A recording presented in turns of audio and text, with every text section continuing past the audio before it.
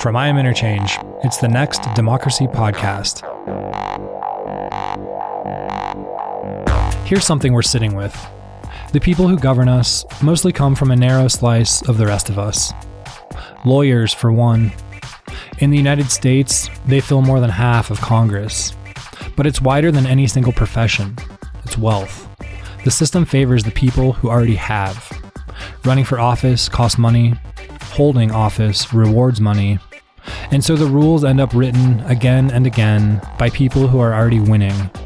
When a single class writes the operating system for an entire country, you get a country that can only run on one kind of program. I wanted to ask what the alternative even looks like. So I brought a few people together to find out. Because democracy was supposed to be the thing that belonged to everyone. Rule by the people. All of them. Not the few who could afford a seat at the table. But somewhere along the way it narrowed. The choices got fewer. 2 parties. One acceptable range of disagreement. And underneath it, quietly, the thing nobody campaigns on. The monopoly of violence. A state that alone holds the right to use force and use it to keep the arrangement exactly as it is. This conversation was recorded at Frontier Tower in San Francisco at the Next Democracy Summit. 4 people, 4 vantage points. Artur Pai from Ukraine, where the right to govern yourself is something that people are fighting and dying to hold on to. Nicole Clau Ibera from Mexico, watching her own democracy bend under its own pressures. And Gage Olison and Bruce McHenry, both based in the United States, both asking whether 2 parties and a settled status quo is really the best a free people can do. What they're reaching for is hard to name, but easy to feel.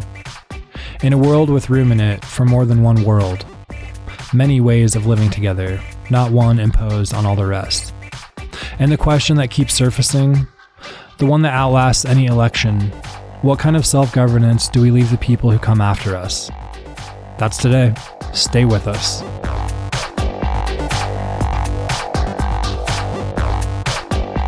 Tell me about your relationship to democracy. I feel estranged slightly. It's a thing that I understand theoretically, but I don't know if I've lived in a time where I've felt connected to the democratic process in a way that is fulfilling. I have a background in journalism and spent a long time being deeply political and watched what tends to be the rudder for the way political movements move. That's political parties entrenched in various interests. So personally, I don't feel directly related to democracy. Yeah, I feel the same way. I've been around 2 different political systems. I'm originally from Mexico, and then moving to the US was another one. I never felt truly connected. I always felt passionate about what we should be moving towards because of the stakes in our society as a whole right now. The stakes are really high, and so there's no action that I don't think is non-political or non-related to some sort of democratic process, but I'm pretty estranged as well. The first time I was involved in some way with democracy was when my parents asked me if I wanted Ukraine to become an independent country from the Soviet Union. And they took me to vote because you can take your kid, and I was present there, and I said, yes, I want Ukraine to be independent. Democracy felt something really cool about Western countries, something where they have much more freedom than we do. My biggest grievance with the Soviet system was there was this black and white TV, and there was very boring guys always rambling about some communist future. And I was really annoyed with them. And so I wanted them to go away. So yeah, I guess I felt as a kid, I participated into anti-government protests in free and independent Ukraine. Our presidents did something that we didn't like, and we felt like the country was moving towards becoming a Belarus or Russia paid by Russian money. They participated in what could be said, it is the most direct democracy. You just go on the square and you're like, guys, we just cannot stand this anymore, and we are not leaving the square until things change. I always felt like democracy is misunderstood and is downstream of human ability to communicate, make decisions together, recognize each other, and listen to each other. Once we fix that, then that is something that's necessary for fixing democracy. So this is Bruce, and my relationship to democracy is as an engineer, thinking about how the systems that people use to communicate, to learn, to discuss, to argue, and to develop policy and eventually legislation are going to change dramatically in the next 15 years. And that's a prerequisite for a presidential candidate who wants to transform the system by saying, hey, look, folks, here's a system that's being used by local governments, by corporations, and so on to develop policy and to govern themselves very well. What I'm going to do as president is say that I'm not going to sign any legislation that has not been approved by this parallel system, which starts by overseeing Congress and then ultimately really replaces Congress in the process of writing legislation. Congress is, of course, a very flawed system, which got 10% approval generally in the population, except for your own district representative. So there's a huge opportunity there to improve the state of governance. What's your experience with democracy? My personal experience of democracy is that it works, but it's often frustrating. American democracy is somewhat unusual in the world because we have this two-party system. We have these districts which get gerrymandered in Congress. We have district-level representation in D.C., which is a bit bizarre, almost a mistake in the Constitution, because we can't have proportional representation at the state level. The bigger states would have lots of parties vying for votes if they didn't have it district-based. We do have district-based representation in the state houses, so we don't need it at the federal level, and it's arguably holding back the system and is preventing minority voices from getting out there and allowing the Democratic and Republican parties to dominate. Obviously, the Democratic Party's mechanisms control who becomes the candidate. And the Republicans too, but sometimes you get a maverick who breaks through. Trump did. But the results of that are ambiguously, to say the least. And my personal reaction to democracy, my family has a long history in the area because my family was very political. I don't necessarily want to get into all of that. But my father ended up learning Russian from a Russian refugee, a white Russian rejected from Russia by the Soviets. And he ended up using that in Pyongyang, negotiating the future of Korea. So my family was very political. My stepfather was a lifelong politician in the House of Lords, House of Commons for 30 years before that. So when I was born, with my mother saying, you'll be president someday, and then she disbelieved that totally. My father, who was a lawyer trained at Yale, wanted me to go to MIT because he saw that lawyers are the majority of people in Congress. And what my father saw as a lawyer was, hey, these people know how to cut up the pie and give themselves a slice, but they don't know how to bake pie. And when my stepfather asked me if I wanted to get into politics, I said, no, why would I want to be one of you people talking on the box? And then I felt bad about rejecting him. And he said, you're willing to be a civil servant? I said, yeah, but only after I've actually done something as an engineer. That's my objective here with keyprize.org, with the road trains and the upgrade of the highways, to develop the name recognition so that I can run for office and win in 2040, with road trains being well at that point, without becoming a whore. Today on conference, is there anything that began to work your mind throughout the day that you didn't expect? I think for me, the biggest thing was that people really are building a number of these interesting coordination systems now, and they're trying hard to fix a lot of the problems that government and democracy and all the systems associated are finding they're all lacking proper solutions to. It was interesting to wander in and out of conversations with people at all different age brackets and have each table proposing a different sort of coordination solution that I think politics has largely failed to solve for. I think that over the last couple of weeks since arriving to Frontier Tower, I realized that I need to be more politically active because of the amount of faith that I have on the current system and talking to people actually doing the working ground for different things. And that surprised me over the conference is talking to people that are doing the work and realizing that is something that I'm able to do. I did feel a deep sadness when I realized that. It was, fuck, I need to do this thing. It seems like I need to do this thing. And I just didn't think that was going to be part of my path. And it seems like things are rising from it more and more. Are there key differences that you've found between Mexico and the United States? Yeah, in Mexico, we don't have just a two political party system. We have multiple different ones. That's one thing that is a huge difference. When I was first coming into politics, it was when Peña Nieto got in. And seeing that change to Now, Claudia is just such a huge difference, and seeing how people are also relating to it is just different every year.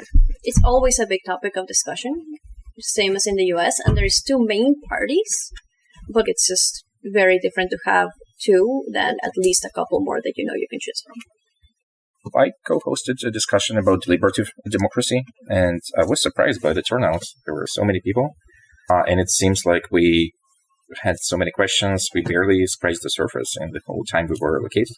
It was like an hour or something, close to that. It feels like it's a sort of unexplored niche in democracy, at least that's what it looks like for me. People were focused on how to fix the existing systems, not as much as how to rethink them or to expand them or maybe to debug them, taking a term from engineering. I was interested to hear how many people are actually working on similar ideas, projects in that space. I think we had a great exchange of thoughts, ideas, and that raised more questions that I need to answer now, but that's what I went there for. So that was great. Speaking of the difference, Ukrainian system changed tremendously. In the 90s, it was rudimentary versus now it's just before the big invasion of Russia. I would say it was an actual democracy where you could trust the elections, you can trust the outcomes. And the reason you could trust the elections was because we went twice to protest and stopped the attempts to hijack democracy through fake elections where people in the government were like, we can just fake the elections and people will just buy it and they will roll with it. They were given advice from Russia where that kind of approach seemingly worked. But it didn't work in Ukraine because people were more aware. I think the biggest difference culturally is that people are really eager to take matters in their own hands. And nobody in Ukraine wants to delegate authority to somebody else. It's probably one of the most libertarian countries I've ever been to culturally. So there's a strong opposition to any idea of authoritarian government, somebody ruling because they're like a tsar or a king. Nobody likes authority. And the next day, any president gets elected in Ukraine, everybody hates them. We elected this guy, but we are going to beat him up. That's the approach. Yeah, it's like the government is like evil, like a necessary evil. That's how people see it. But also the government in Ukraine made a lot of work to earn this reputation. But there is a lot of corruption. There is a lot of mismanagement. And so people just see it and they say, fuck you guys, we just elected you and now you're like misusing the power. But at least people see it and they react, right? They're always engaged, they're always active. And I think the biggest difference I see between the States and Ukraine is like how in Ukraine there is so much grassroots activism that is actually efficient and there is a lot of self-organization that actually those networks were built during the protests. Before the protests happened, there was no networks, no blueprint. Today, Ukrainian army largely runs because of groups of people sitting in a hacker space somewhere in a basement, coming up with drones, new AI technologies. All of that came from previous interactions with the government. But the idea was like, if we don't unite, if we don't figure out a way to overcome our differences, I know we are fucked. And so I remember in 2014 during the protests, on the main square, we had people from extra right-wing, like almost neo-Nazi people, united with left-wing people like socialists. And they were like, we don't care that we have those massive differences. We have our common enemy and we need to fight them. So I think that sort of unity and grassroots activism where we don't care about our lesser disagreements, let's just unite and do things together. I think that is missing here in the States. But also, of course, here the tradition is so much older that these democracies, with all its flaws, is much more stable. I grew up partly in Switzerland, and I think that the Swiss system is a model of a stable democracy. America's system is very entertaining because it's so dynamic and personality-oriented. That's not good for business, for stability, or for the population.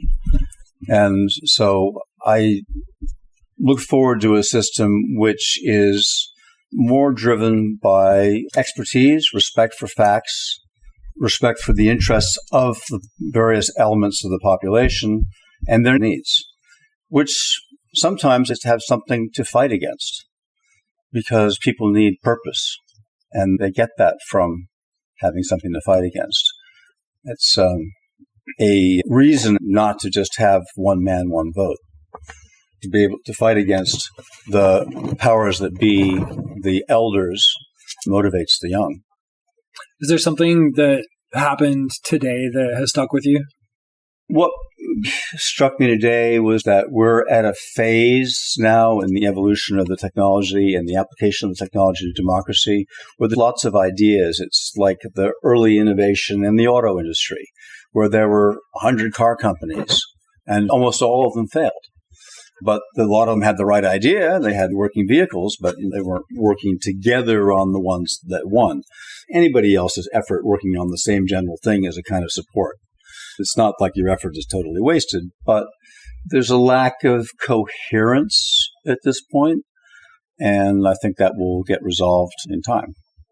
That's interesting to me because I'm having the opposite experience. I feel like I'm watching a coherent set of ideals be born where people are looking to build systems supporting grassroots movements and trying to see what coordination at the base layer looks like to address some of that stuff.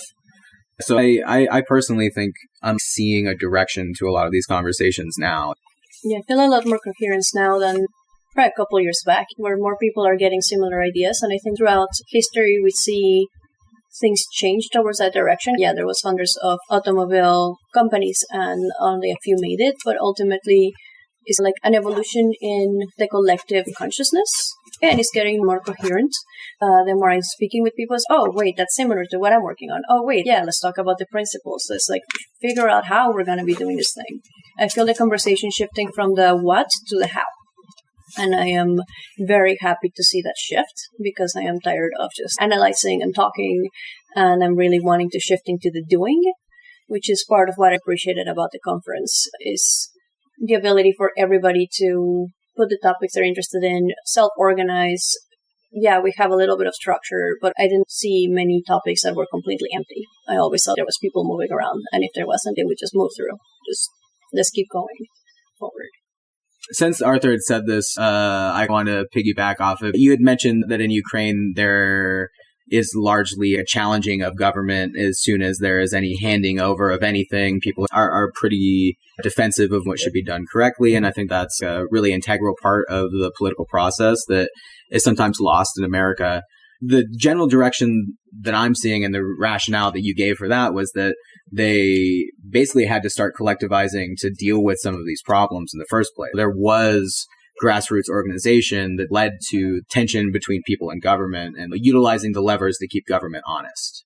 I think that's the direction a lot of these things tend to be going. The U.S. right now, people are aligned around personality, and they fall behind politicians as opposed to holding politicians to task. We've collectively looked to them as something to keep us safe, and that's the political moment that we're having now, where we need to remember they're our employees we have hired for a job that we're largely not doing, that we're all dissatisfied with. I think a lot of these conversations go toward grassroots reorganization of the political structure or even communal structures, where it's like, how do I get together a bunch of friends with similar interests, and how do we have these kinds of conversations while having coffee or while making art, with the long-term goal of downstream massive federal change could come from having that level of communication within your own community.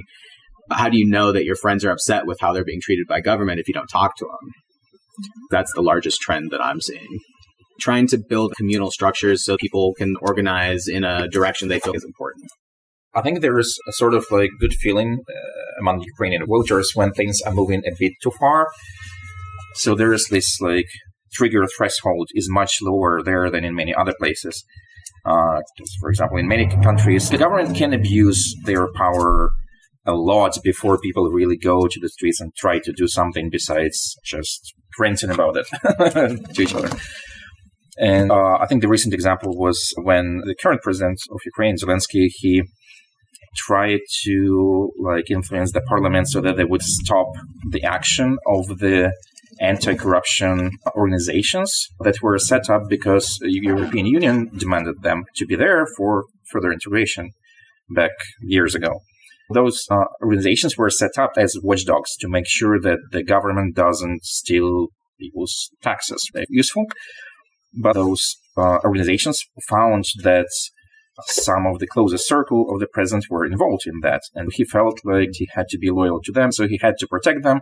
And so he went and he's like, they're going too far by trying to dig all this corruption. This is nothing serious. And let's basically neuter those organizations. Let's make them powerless to persecute and do anything to those people.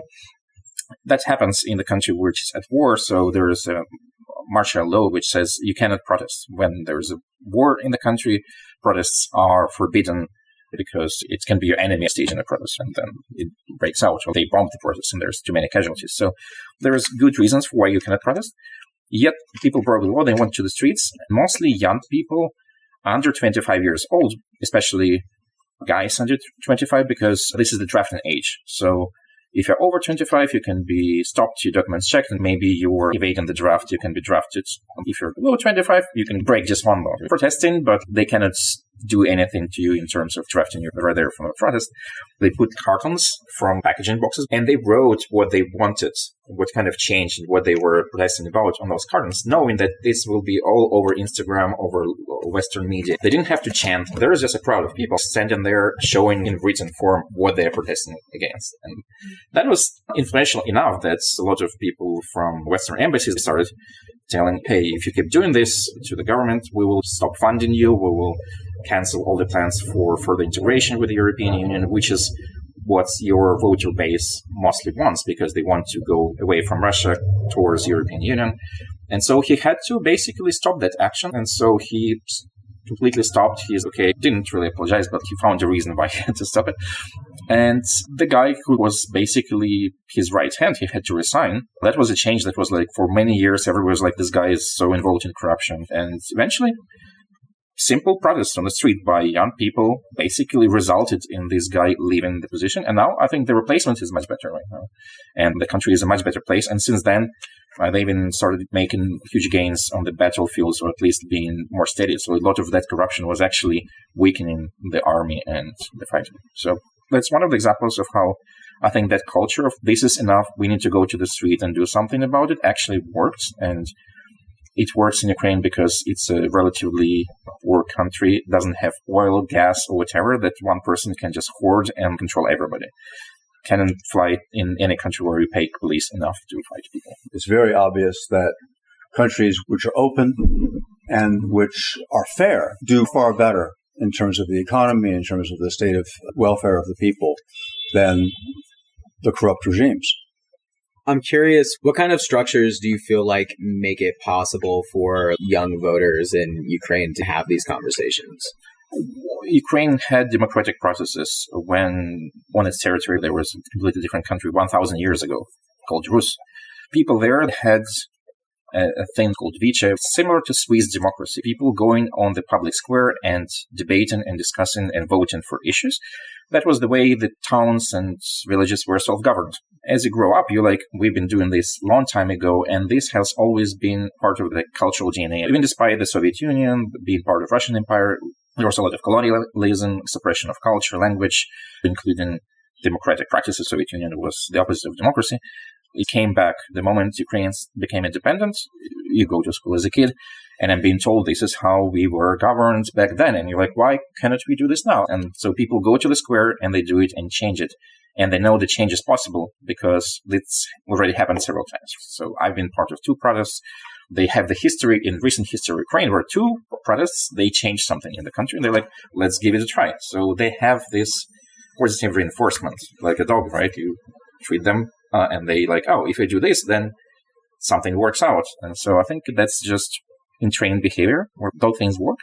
But they work exactly because the government is not powerful enough to fight the people, not like Iran where they can kill 30,000 people. That would be impossible in Ukraine because nobody would actually go and do it. The reason the Euromaidan revolution won in the end, the police started shooting people, unarmed people. They killed almost 100 people, but the people started shooting back. They killed 11 police officers, and the rest of them fled. They're like, we are not being paid enough to be killed. That doesn't work in Russia, where they can pay them enough that they would be willing to risk their lives for those bigger salaries. So you have to ensure that the government is weak enough that you can defeat it. I guess that's the summary. And it's not possible in the United States because this government is the most powerful, probably, government in the world. So it's not easy, but I think still there's just other ways, different approaches. You cannot go the same way. Like in Ukraine, you can just go to the main square in the capital and change the whole course of the country.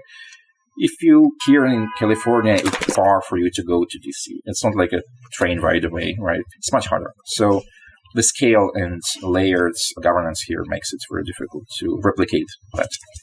It would be way harder in the US because of the scale. Different places will be able to start doing things in a more hyper-local way to do the type of changes we need, right? The American people have an incredible resiliency, and I really don't think that they can keep holding much longer the type of state that we're in right now. I really don't. The amount of violence that is required to keep the current system going gives me hope, because violence is not sustainable. It's not something that will keep a system going for a long time. It's quite a new country. The US is a really new country. And throughout its history, I feel like we will go through waves. So I do see the possibility of that changing. I do see the type of shifts necessary. We just need better storylines that is, okay, maybe in the US protests don't work in the same way, right? But what does work in that same way? What is the type of hyper-local thing that I can start getting involved that will make the changes in things that are going to be affecting me right now? I also see a lot of systems failing, like systems of propaganda failing, and things are going far enough that it's impossible to just not have something change, right? It might be slower, but the government may not be weak enough, but the American people sure are. Last time Trump did something like a while ago, I remember that even the military didn't want to, I think he wanted to deploy National Guard or something on the citizens, and the captains or whatever refused to do, right? They're like, we're here to protect the American people, not to fight the American people. And so I also do think that there's a certain sense of patriotism, and that's why he replaced them with others. But that also does mean a lot for us, right? There's also certain branches like the Coast Guard that really operate in a completely different sense that is not pyramidal, right? Like the other branches where they can really act independently. And that's what I'm trying to basically replicate with the type of system I'm trying to put in place, starting with this technology. So can we make that same thing that has worked for that type of efficiency and apply it to a civilian application for our hyper-local communities? I think one of the things that keeps American democracy alive is how often the elections happen. So if there were no midterms, then the current government would have had 2 more years to entrench and maybe change the system just enough to replace all the people with loyalists, make sure that there is nobody who will resist if they try to fake elections the way it worked in other countries like Belarus, for example. So they cannot boil the frog, basically. There is not enough time to boil the frog and make very subtle changes.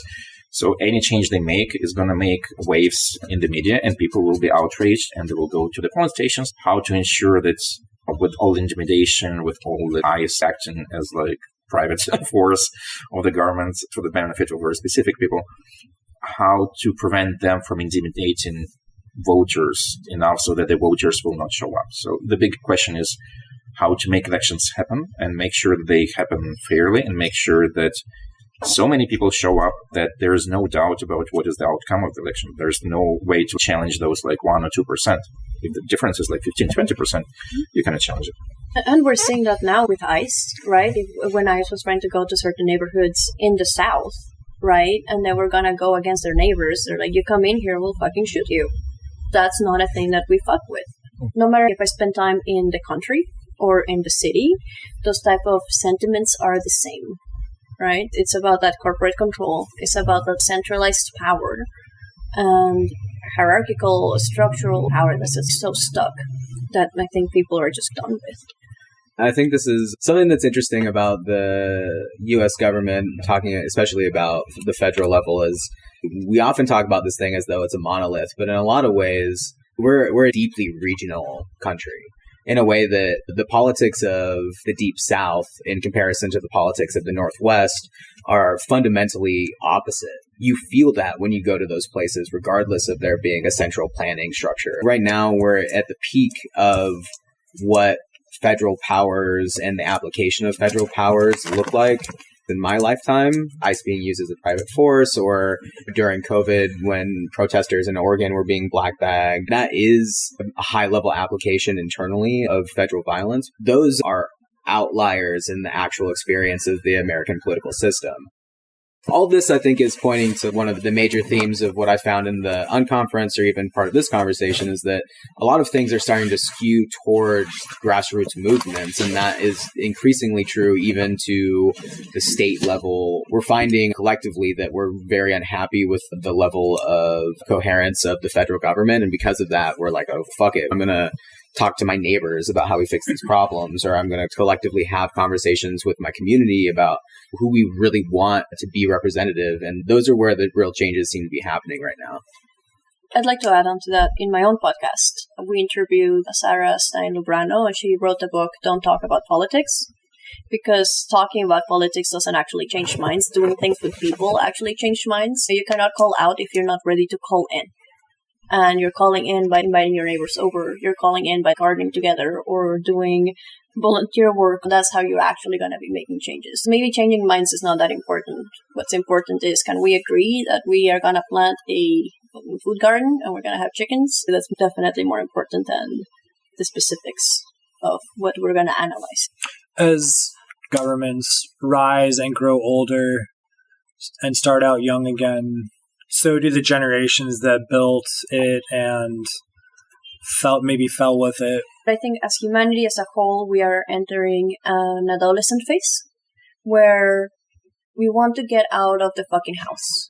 And we are trying to figure out how we're going to get out of the house. And we need a call to action to be able to get out of the house and be like, yo, okay, that's how they did it. Okay, cool. Let's try to follow that path. And if we're really thinking about it in this way, we can learn from past mistakes and we can see ourselves as not like a specific country or political thing or whatever deterministic thing besides, oh, you're a person, you're a human, cool, you eat, you need to be sanitized, and you need socks, probably. That's all that matters. It's about the small things that make you human, and we need to get out of the house and sustain ourselves rather than through our governments. Nicole, earlier you had said something during the conference that I thought was interesting. You had mentioned that you felt like that protests were an old technology. And I both agree and disagree, especially in the context of, in Ukraine, it really works. Yeah, if we were trying to affect change here in the US, maybe it doesn't work anymore in the way that it used to. Interesting question. Are old phones still useful? Are they as efficient as new ones?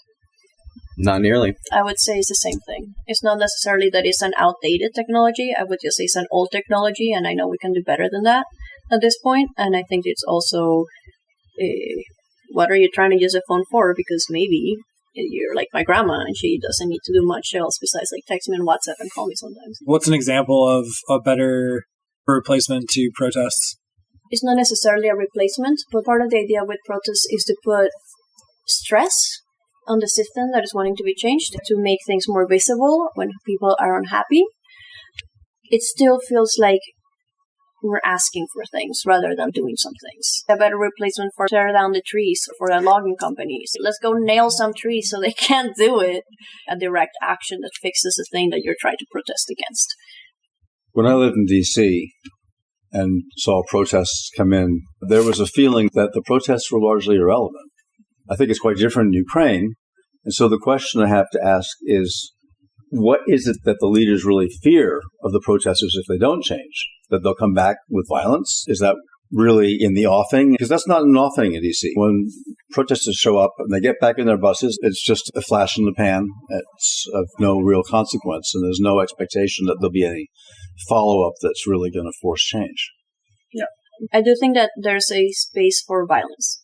I think that there has to be balance because there's a monopoly of violence right now held by a centralized authority and a demonization of violence when that's actually a very good tool for social cohesion. It depends on how you define balance. If we're looking throughout history, we switched from physical violence to violence with a pen when I sign away your rights, when I sign away your land, when I decide to tax you more. That's a type of violence that only certain people can wield, and that's why we demonize other types of violence that is more commonplace for human systems to function.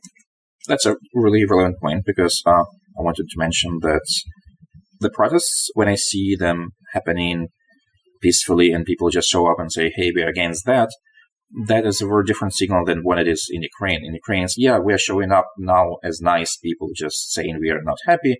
Next time we show up, things are going to be much worse for you, the government.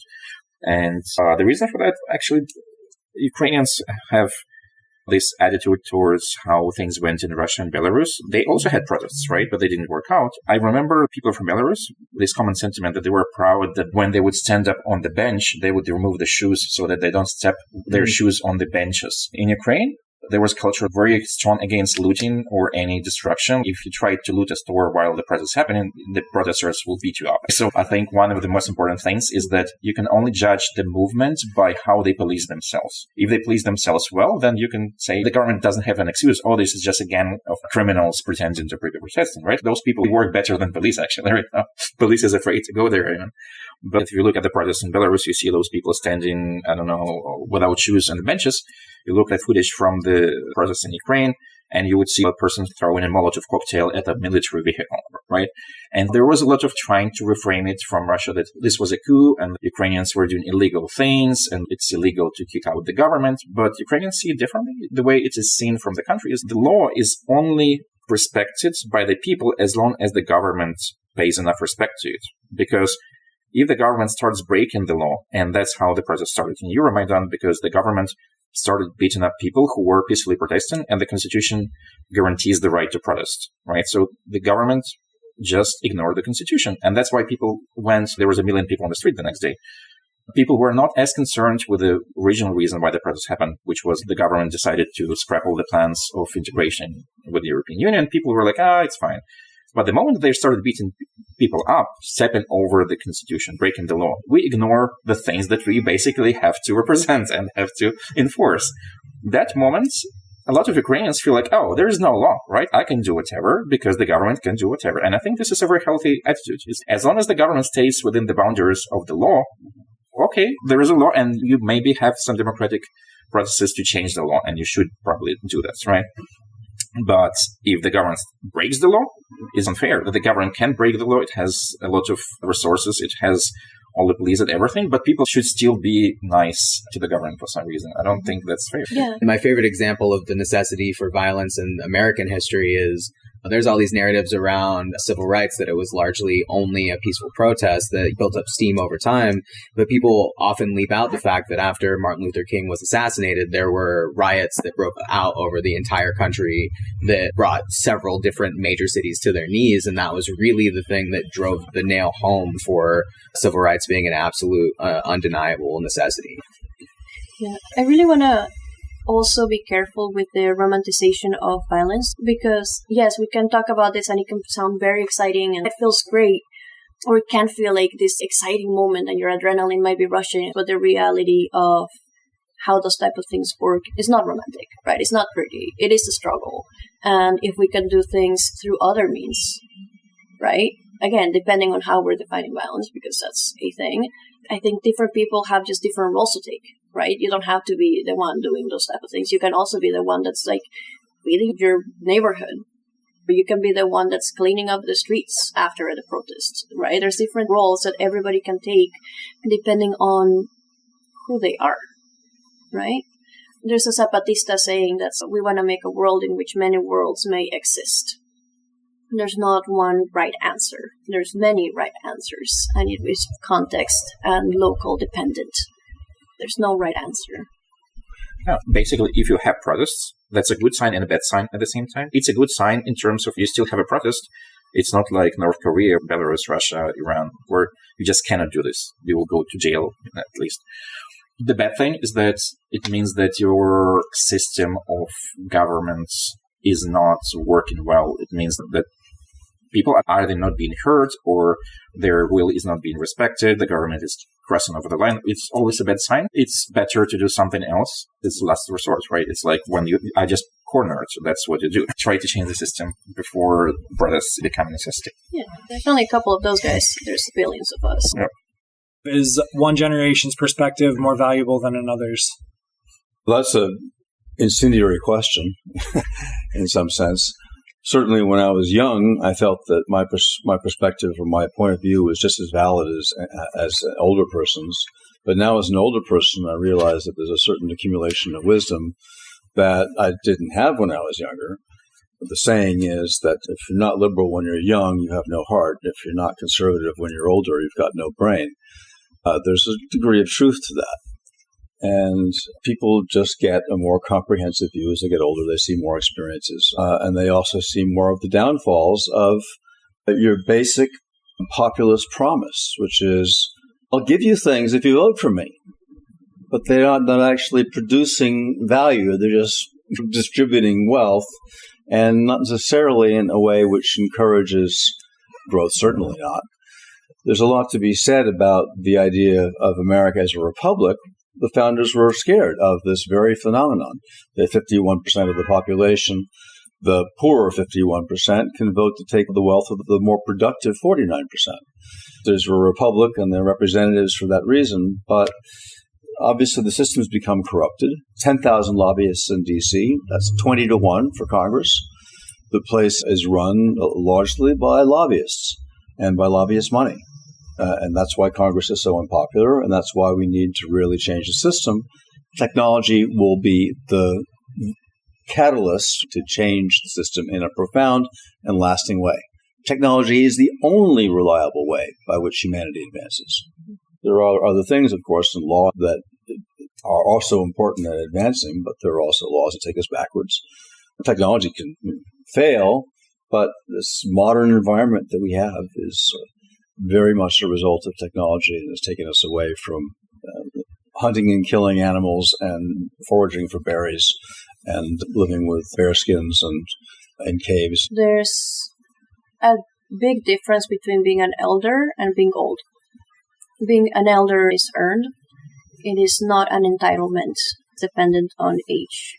In the U.S., a lot of the respect towards the elders has been lost. I do think that there's perspective and experiences that are important to convey to the younger generations, because you're living more time, you're going to have more experiences, you're going to be seeing the things that others might not.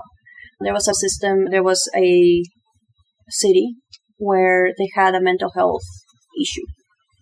And what they did is that they trained the old elder people in that town on some basic mental health. And they set up these benches in some parks because they had zero. So they trained these folks.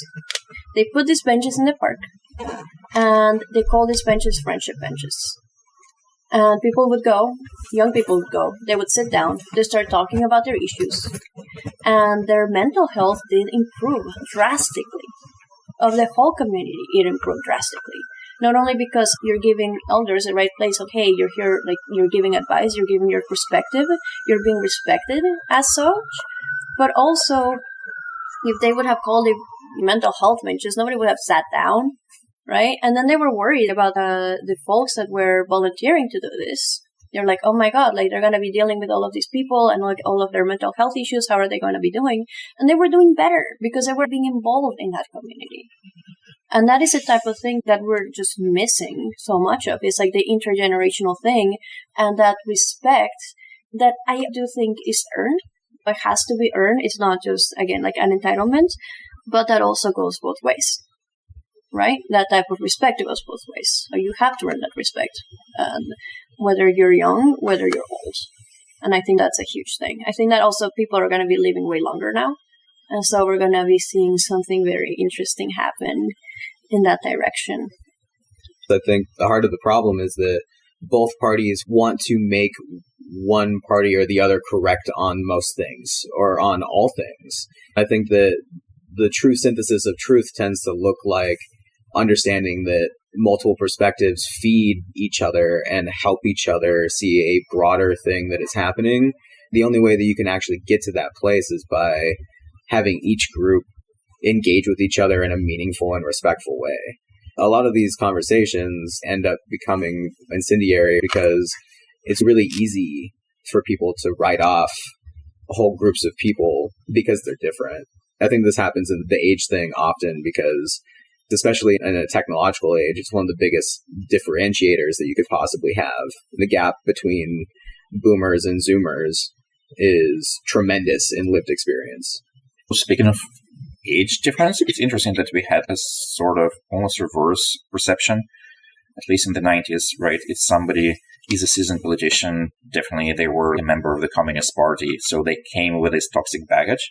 And the system really was looking for new young people who didn't know what it is to be somewhere in the Communist Party up there at high ranks, right? And so would not bring the same culture, the same attitudes, the same totalitarian mindset to this new democratic country. There was a thing where older people in politics are more established, more experienced, but a lot of people felt like we need fresh faces. It can go both ways, right? Depends on your country's history, what is the previous political generations. There is a lot of talk that politics in the United States stagnates, it needs more change, where it comes from. I wanted to point that out. The other one was about technology. You made a comment about technology, but I wanted to add something to that. Technology without ethics is dangerous. And we can look at Nazi Germany, which was extremely technologically advanced country. And it used that technology to mass murder people very efficiently. They achieved certain metrics, certain goals, certain things were going up on the graph, and people were like, this graph looks great, it goes up. But what was behind that? Millions of people died. There's unsolvable problem in terms of logic, which is what is the perfect ethical framework. The trolley problem would not have been a dilemma if it had a logical solution, right? You have to define a universal ethical framework to which everyone agrees more or less. Within that framework, technology could achieve utopian future, or it can be dystopian if it's used for a small group of people to dominate over all the rest and everybody gets enslaved, killed with terror.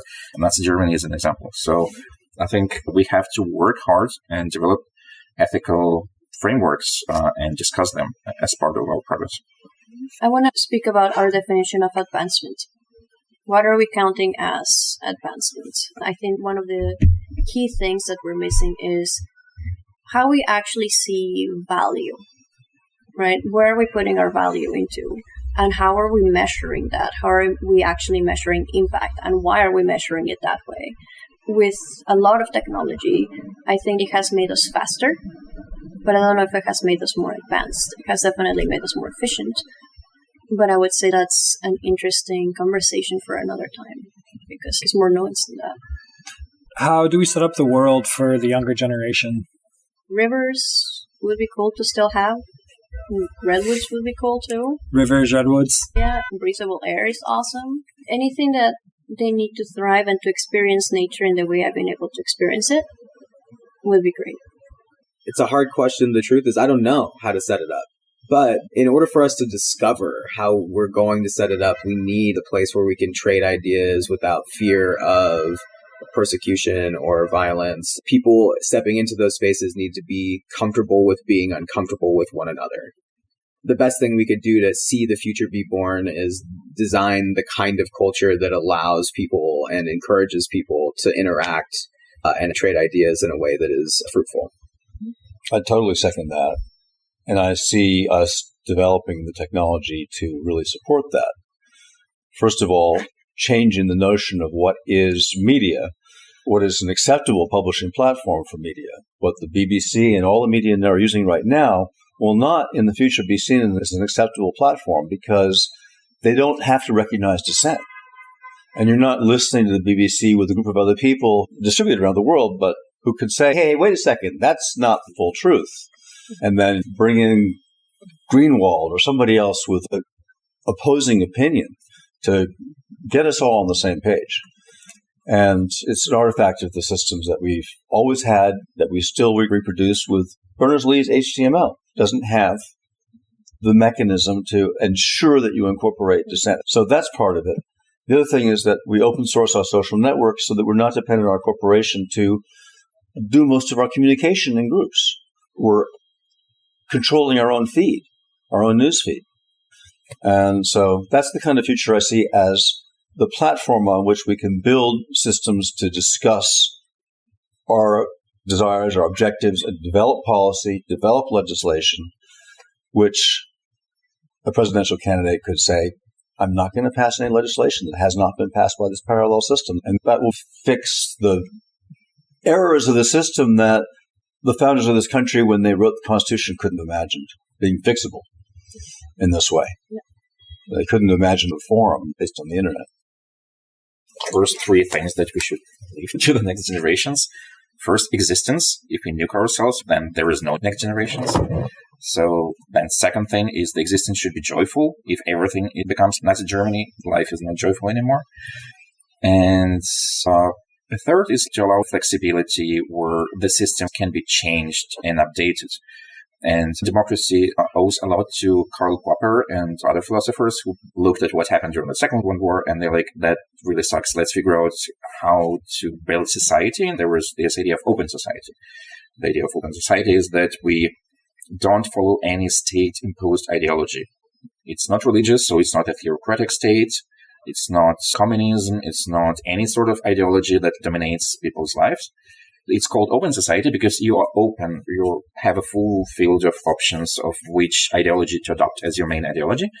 And I think the main problem with the system that we are currently facing and grappling with is that it doesn't give your lives any meaning. It doesn't give you any blueprint for how to find it. It doesn't encourage you even to do this. It doesn't encourage you to find this ideology that works for you and gives you the reason to wake up and do something every day. And unfortunately, that's why I think a lot of young people actually fall prey to somebody who shows up and they're their cult leader and they tell them, go and fight and those bad people, first thing you do after wake up. And they're like, now finally my life has meaning. Before that, I don't know why I need to work, why I need to do anything. Nothing makes sense. So I think, yes, sense making and giving people a blueprint for how to find meaning and long-term satisfaction in life, I think that's critically important. Without that, everything falls apart. Democracy is loud right now. Everywhere you look, somebody's certain. Certain it's dying, certain it's fine, certain the other side is the problem. This episode was quieter than that. 4 people sat down at Frontier Tower: Arthur Pye, Nicole Clau Ibarra, Gage Olison, Bruce McHenry. And instead of shouting about what democracy is, they asked what it could become. Ukraine in the room, Mexico in the room, the United States in the room. 3 countries, 3 sets of scars, and 1 stubborn shared belief that the current version isn't the final version. I don't have a tidy ending for you. What I have is this. The status quo is not the law of physics. It feels permanent right up until the moment it isn't. Somebody built it, which means somebody can build the next one.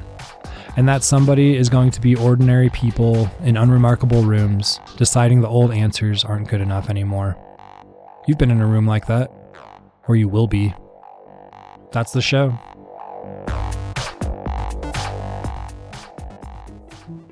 Hey everybody, thanks for listening to the podcast. If you enjoy it, please subscribe or leave us a rating. A special thanks to David Munir Nabti, Susan Karstensen, and Whistlepig Korean. Shout out to our media and production team, Jacob Desch, Amin Yarsu, Darko Sevilla, Samuel Emero, and me, Tate Chamberlin. Remember, share airtime and don't ruin dinner.